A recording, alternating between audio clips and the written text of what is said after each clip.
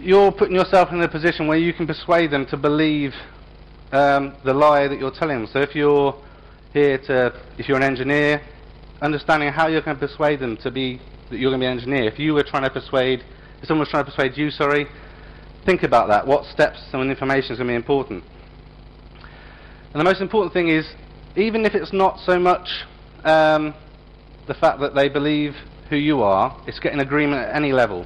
So as soon as you start to get agreement from people, even if it's just the fact that we're here, so you agree that I'm here and you're listening to me, yes, that's already a large percentage of what we're trying to achieve. Another thing, choosing the right ear.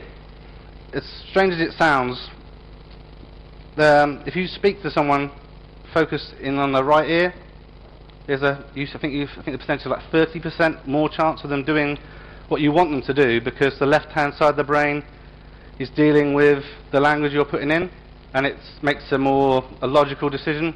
Whereas if you were to speak into the left ear, it's the right side of your brain that makes a decision, and it doesn't process in the same way. So you're actually somehow reducing your success. So it's worth trying in meetings.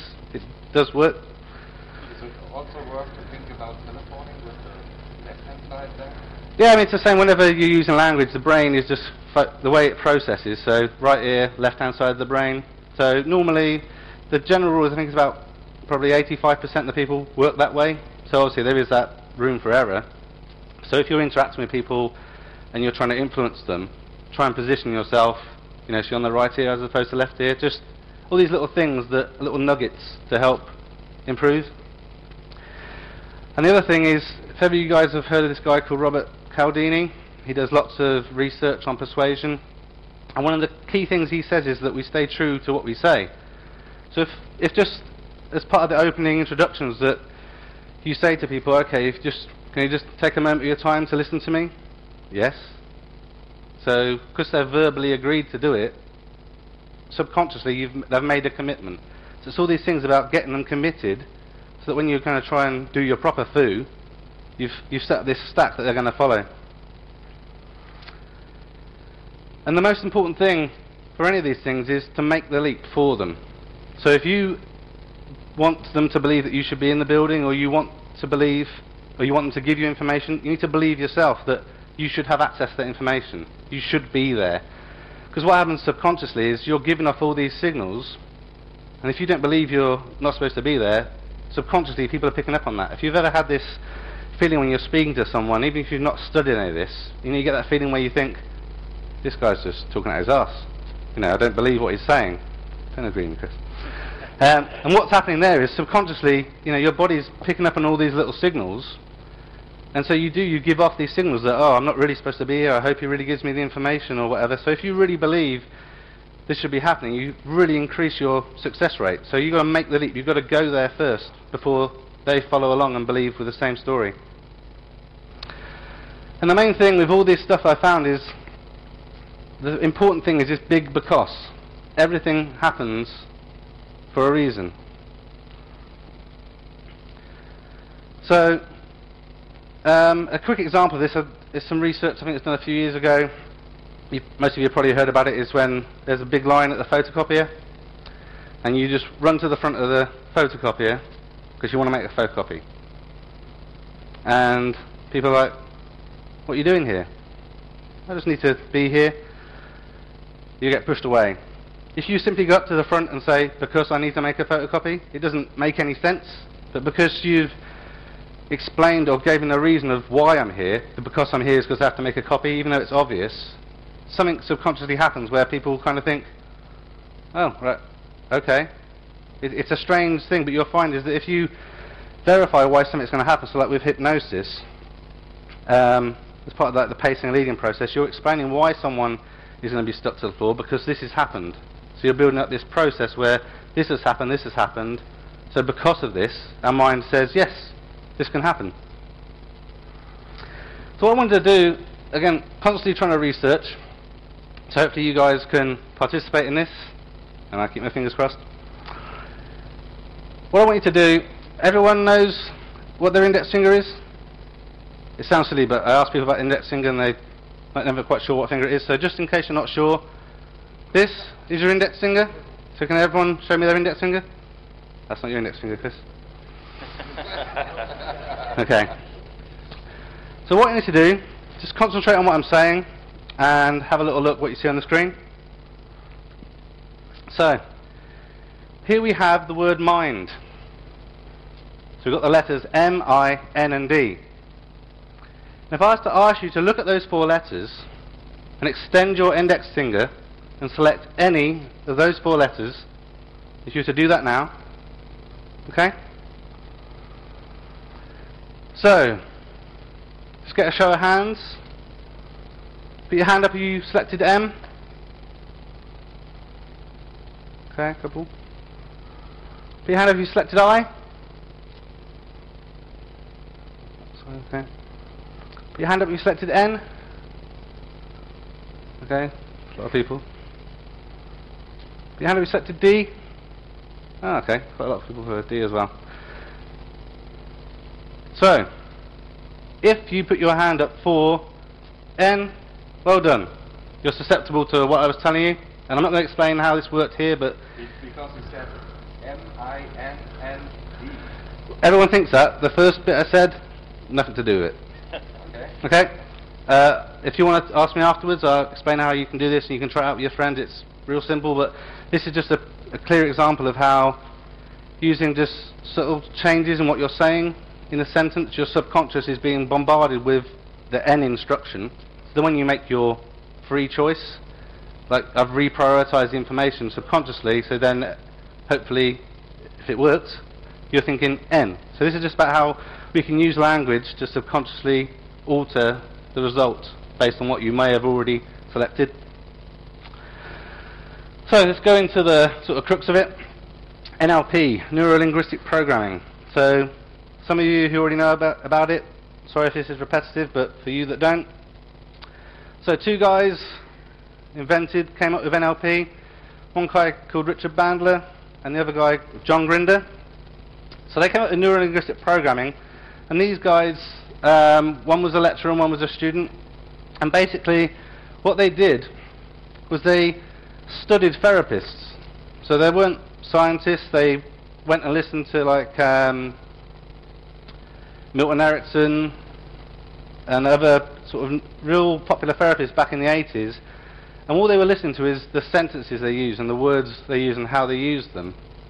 And then they just went off and got like other students and just repeated the same words, the same structures, and found how they had these results of people feeling better or changing phobias and things. And so they came up with these kind of, I guess, scripts or patterns. And lots of people think, I guess nowadays, especially like since NLP has become more popular, that NLP is a science. It's the science of change. We're really, I personally don't think it's a science.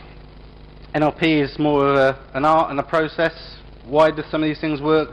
I'm sure like scientists can give you reasons why mentally it's working, but this is just, it's language. It's not science. It's not something you can particularly calculate. These things just work through how you're delivering them and the words that you use. So it's a process. And one of the important things that they really found, especially for any manipulation or as they're getting change, is rapport is really important. So we like people that like us, and we like people that are like us. So we like each other because we're geeks and nobody else does. So one of these things that's really important with any manipulation is to build what they call rapport. So what we're getting here is these 2 monkeys have got rapport because they're mimicking each other. So you'll probably find if you're sat next to someone like a friend and you're talking and like you put your hand on your face, then a few minutes later or seconds they're putting their hand on their face, and because what's happening is subconsciously we're picking up on all these signals and we like to mirror each other. So when we've got good rapport, we mirror each other. So it's important when you're trying to manipulate people to build up rapport quickly, and that doesn't mean if you walk up to a security guard and he's stood like this, you stand like this because he knows you're taking a piss. So you may kind of just follow a stance that's similar. So maybe you stand like this. So you're mimicking, but you're not taking the piss, and that's the balance. I think that's what people think. This won't work because if I walk up to someone and got this, they just think you're taking the piss. So this is one of the key things with any any manipulation you're going to do is to establish a rapport, to build some link so they like you and they have a level of respect. And then what's happened with NLP is they talk about frames.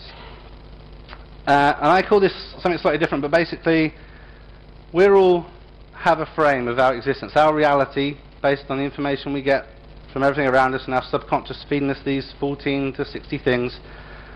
We've built up a frame of how we're living our life, and that's how we go through things. So from a therapy perspective, if you're afraid of spiders, that's become your frame. So every day you're not walking around going, oh, there's a spider, this is happening subconsciously, and then when you see a spider, these things trigger. So basically what they were doing with NLP and these scripts was something they call reframing.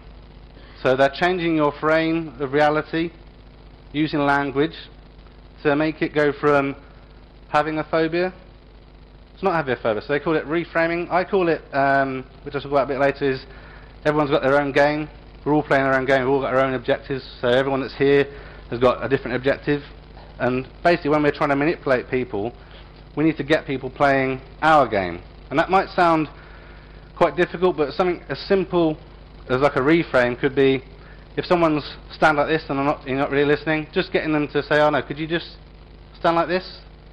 I've altered you from your game is this to now my game. So already I've started the process of reframing the experience. So when I'm trying to manipulate you, you're already subconsciously doing what I've asked. I've asked you to put your feet together, you've done it. I've asked you to check something, you can check it. And one of the things, it might sound too obvious, because a lot of this stuff is with NLP and stuff, is ask people, if they're saying, oh look, you can't come in, you haven't got a badge, what would it take to make this happen? Well, you need a badge. Well, they haven't got one, so what's it going to take? And they will give you the information that they need to make it happen. So don't try and guess that, that perhaps they need a special letter or a phone call. Just ask them outright, and they will give an answer at some level as to what it's going to take to make it so. So just a quick couple of examples. If you've seen the website, some of this stuff will be familiar to you, but there's 4 patterns that I think can be useful with social engineering. One is the sort of redefinement pattern. So just an example is if you turn up somewhere and say you pretend to be an engineer and perhaps you haven't got a letter or you haven't, they're not expecting you, you change the focus of, okay, so I know you're not expecting me, but think about the problems that we're going to have if I don't replace this router. Can you imagine the building, the company not working because his router hasn't been replaced? So what you're doing is you're changing the focus. It's not about the fact that you haven't got a badge. It's changing the focus about, what if this doesn't work? What happens if the company is now losing money? Are you going to answer to the CEO when he comes downstairs? So it's getting people, you're changing them from their game, and their focus is no badge to play your game. The agreement pattern, and this one really to me just makes perfect sense. If you don't agree with what I'm telling you now, which is fine, as soon as you start telling me that you don't agree, I'm not interested, I'm not listening. So what you do is you start off your challenge with agreeing, even the fact that you don't agree. So I agree that I do not agree with what you're talking about, and subconsciously already we're listening, so we're not turning off. So then we utilise that agreement to then input our idea. So you can agree that you don't agree with what I'm saying, and then tell me why you think something should be done slightly differently, and that sort of information will be fed through to me and become a positive for me. Awareness is another one that it's similar to the mind thing. So you're bringing awareness to keywords. So that's like with tonality. So you'll just say things more, emphasize them. So I haven't got my badge, but I need to get in. Like Americans do that, don't they? The question type thing at the end.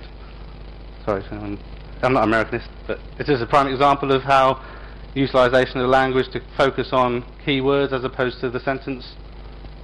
And the other one, which is just great, and it works, and if any of you guys are a fan of Darren Brown, he gives a great example in one of his books. Interruption. So you just create confusion. So his example is if someone stops you, or if you've seen one of his videos, these guys are stealing some stuff from the shop, and one of the guys gets stopped, and the guy's like, what are you doing with that chocolate?